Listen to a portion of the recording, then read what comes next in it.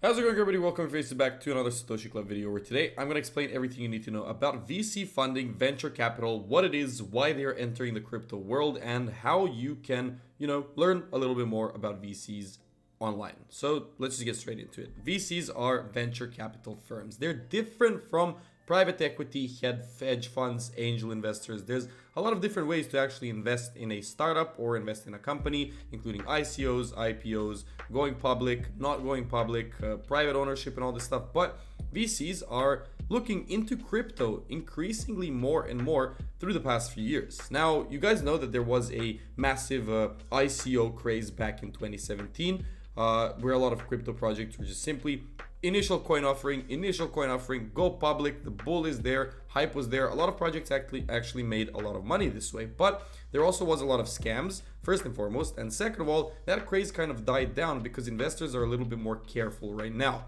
So why are venture capital funds eyeing cryptocurrency businesses more and more? That's what I'm going to explain in today's video, and if you enjoy it, as always, subscribe to the channel for more crypto daily content. First and foremost, what exactly is venture capital financing? This is the most important thing that we have to cover before we actually dive into the different stages of financing that companies or crypto companies or any companies that are under the eyes of VC funds actually go through. First and foremost, fund managers send out a prospectus to potential investors inviting them to participate. What this means is you have a VC fund manager that's there and he's eyeing thousands of projects out there, crypto, non-crypto, whatever, and he's looking for something with great potential.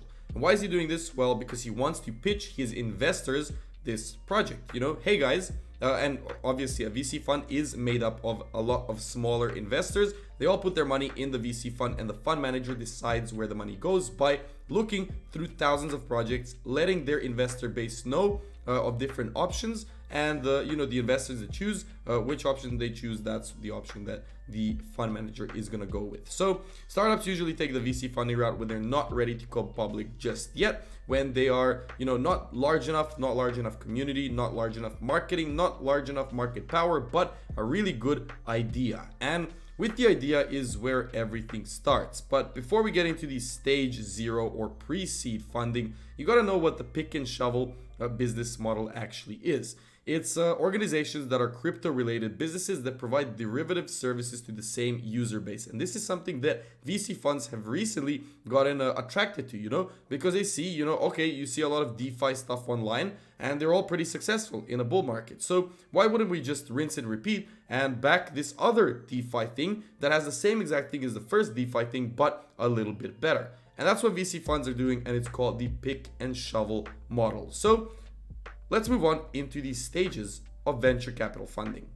So onto the technicals, or my favorite part of the video. I wanted to run down not only the US 500 and the general stock market situation in the world currently, I'm also going to show you Bitcoin, Ethereum, and gold price action, make some predictions and make some deductions about how the market is, cooperating at this moment, what's happening with real estate around the world, what's happening with commodities, and what's happening with, now that I said commodities, we should probably add oil to the list as well to see where it's at. So as you can see, my green list, we have the US 500, which represents the entire stock market, as it's the index of the 500 largest, or not largest, it's an index of 500 companies from the United States, focusing mostly on tech and innovation and all of this other stuff. So it's not the Dow Jones Industrial Average, which is more about trucking and all this other stuff. It is literally focused on companies such as Apple, Tesla, and Microsoft, right?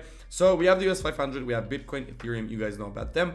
You have XAU USD, which is gold, and US oil, which is oil prices around the world. So let's just start with the US 500. What we've seen back in the day, since the whole, COVID thing started, was a massive increase in prices over a period of a few years. So ever since, March of 2020, all the way up until the peak in January of 2022, we saw a massive increase in prices, which was, driven by overall fear in the market. First of all, that was the initial crash. But then after that, we did start seeing inflation happen, right? Why did inflation happen? Well, it's very simple, because a lot of countries did not manage to produce as much as they were printing in terms of money, because there were supply shortages, labor shortages, nobody could really work, and it really messed up the economy a little bit. So prices started increasing increasing as a result of that. So first of all, a decrease in production, but also because of massive inputs of money into the economy, influx of money into the economy using stimulus checks and all of these monetary policies that are expansive, right? So the market went up, and then at one point the market started moving down as a result of the Fed chair Jerome Powell, which I did talk about in one of my previous videos.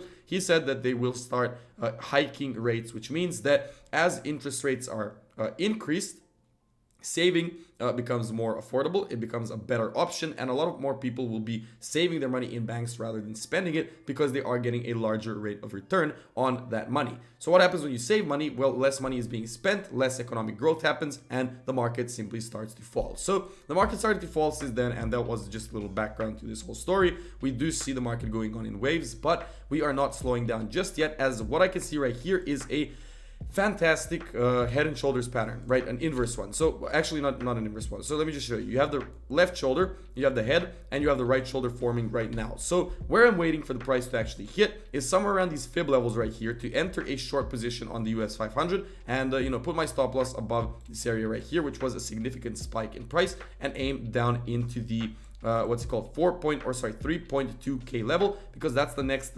logical zone of support that we do have down there. Why? Well, first and foremost, that is the zone that marks the Fibonacci levels from the start of the whole pandemic situation until the end of the whole situation, and also because it does represent the 61% fib level, and because it is a perfect support. That is where I will be looking for the US 500 to hit. And if you guys want to follow the trade, you can do so, but you should know I'm not a financial advisor, and you should always do your own due diligence before investing into anything in the blockchain, crypto, stock market, or any type of world out there, because you shouldn't just listen to advice from strangers on the internet. I'm just here to give you some pointers as to how you can try to see, rationally where the market is going to go in the future. And as we are still increasing rates, we're still hiking rates, we're showing no signs of slowing down just yet, the market is likely to continue moving towards the downside still for the time being after a short correction. Now, moving on to Bitcoin, right? Bitcoin has been kind of dead recently. So what we can see is a price action that is, lingering between the 15 to 20k level. It is not really moving anywhere. It is creating somewhat of a bottom, somewhat of a I don't even know what it's creating, right? What we can see on the weekly time frame when it comes to Bitcoin is a strong zone of previous resistance that turned into a zone of support. So we can see this right here. But the support was actually broken down from, right? So we broke down, and we are currently creating somewhat of a correction pattern. In my opinion, right, in my view, we could still move down towards more downside towards the 10k mark, and that would be the bottom of the bottoms, I would say, when it comes to crypto, when it comes to Bitcoin, because I don't see prices moving down below the 10k level at any point in the future. But in the other case, we do have the daily time frame where we can see that the price may actually break from this some sort of a correction pattern and continue moving up right away. More likely, we will be moving down because of rate hikes, because the market is still very, very difficult, because investors are still fearful, and because nothing is moving until Fed Chair Powell says that they will start reducing these rate hikes, that they will start tapering, and will start eventually just reducing hikes and allowing for more economic growth to happen, which will allow for more prosperity, more money pumped into the economy, and generally more growth in stocks, crypto, and anything out there. So that's the situation with Bitcoin. Ethereum is quite similar as well. What you can see right here is a little explanation of where crypto. I'm just going to remove the drawings and do it all from the start. On the weekly time frame for Ethereum, we do have a resistance in the past that was actually turned into a zone of support. It's not too clean though, so I'm not really going to draw it right now, but we did see on Ethereum a massive scale head and shoulders pattern back in the day. We have the left shoulder, we have the head, we have the right shoulder, we had the neckline. It was broken out of, and we are currently creating God knows what, right? It's very difficult to tell what Ethereum is doing at this point. We could either move down from this zone of support, or we could move up if we do break this level right here. Pretty similar to crypto in general, to Bitcoin in general, we are having somewhat of a triangle formation. The bottom point for Ethereum could be down into the $330 level, so that would be the bare minimum, like a very, very low chance of that happening, but it could happen. But if we continue moving up, then sky is the limit. But my first primary target would be a correction into the 3.5k level. And lastly, next to Ethereum, we do have oil prices, right? Let's see where, actually it's not lastly because we still have gold to cover, but oil currently on the weekly time frame is somewhat retracing, right? We did see a massive spike in oil prices as the pandemic was getting progressively worse, but since then oil prices have actually stabilized and the market has caught up, and currently we are sitting around the $74-$75 level. I do think that this is a nice sort of equilibrium when it comes to oil prices, so I wouldn't be looking at this too often at this point because they are kind of stabilized. And when it comes to gold, lastly, we are kind of rallying recently because of this whole rate hikes. You know, people are fearful, the crypto market is falling, FTX crash happened, stock market is uncertain, housing market is uncertain. People are starting to buy up gold as it was at a discount at the $1,700 and even $1,600 level. The target for gold would be somewhere around the $2,000 level because it is a psychologically significant zone. So as you can see, we still have a zone of resistance that we do need to break in order to get up there, but in general we will probably see gold moving a little bit higher in the near future after a potential retracement or whatnot. We could see a $2,000 level reached at some point in the near future. So that's it for today's video. I hope you all enjoyed it. Make sure to drop a like, subscribe to the channel, comment down below with your favorite thoughts and opinions. And lastly, as I said, I'm not a financial advisor. This is just here to help you get a little glimpse into the market, and I hope you learned something new today. So without further ado, I'm going to end it right now, and I hope to see you all in the next video.